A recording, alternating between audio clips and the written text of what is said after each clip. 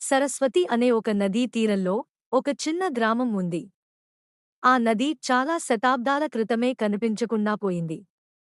అయినా అక్కడి ప్రజలు నిత్యం పూజలు చేస్తూనే ఉండేవారు.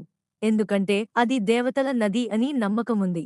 ఒక సాయంత్రం ధూపం పొగలు చీకటిలో కలిసిపోతున్న సమయంలో ఒక అన్యదేశీ గ్రామానికి వచ్చాడు. ఆయన వృద్ధుడిలా కనిపించాడు, కానీ వయసు లేనివాడిలా ఉన్నాడు.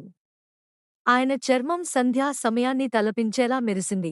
కళ్ళు విశ్వాన్ని పోలి ఉండేవి. ఆయన భోజనం అడగలేదు, నిద్ర అడగలేదు. ఒక్కటి మాత్రమే కోరాడు: నిశ్శబ్దం.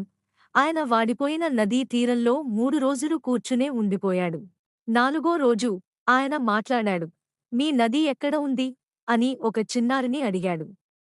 ఆ బాలుడు పగిలిన మట్టి గిన్నెలో ఆడుకుంటున్నాడు. చాలా కాలం క్రితమే అది పోయింది, బాలుడు చెప్పాడు. దేవతలు దాన్ని తీసుకెళ్లారు. అన్యదేశి నవ్వాడు. నేను చెప్తే నమ్ముతావా? నది ఇంకా ప్రవహిస్తున్నదే, మీరు చూడడం మర్చిపోయారు. ఆ రాత్రి 40 సంవత్సరాల తర్వాత వర్షం మొదలైంది. మరుసటి రోజు గ్రామస్థులు నిద్రలేచి చూడగా నది తిరిగి వచ్చింది. నలుపు బండల మధ్య వెండి నీటి ప్రవాహం. అన్యదేశీ కనిపించలేదు. అయితే ఆయన కూర్చున్న చోట ఒక చిన్న లింగం, శివలింగం, తడిగా నిలిచి ఉంది, వానలో తడిసినట్లుగా. కొంతమంది ఆయన శివుడు అని చెప్పారు, మరచిపోయిన నమ్మకాన్ని మళ్లీ గుర్తుచేసినవాడు. ఇంకొంతమంది ఆయన శక్తివంతుడైన యోగి అని అన్నారు.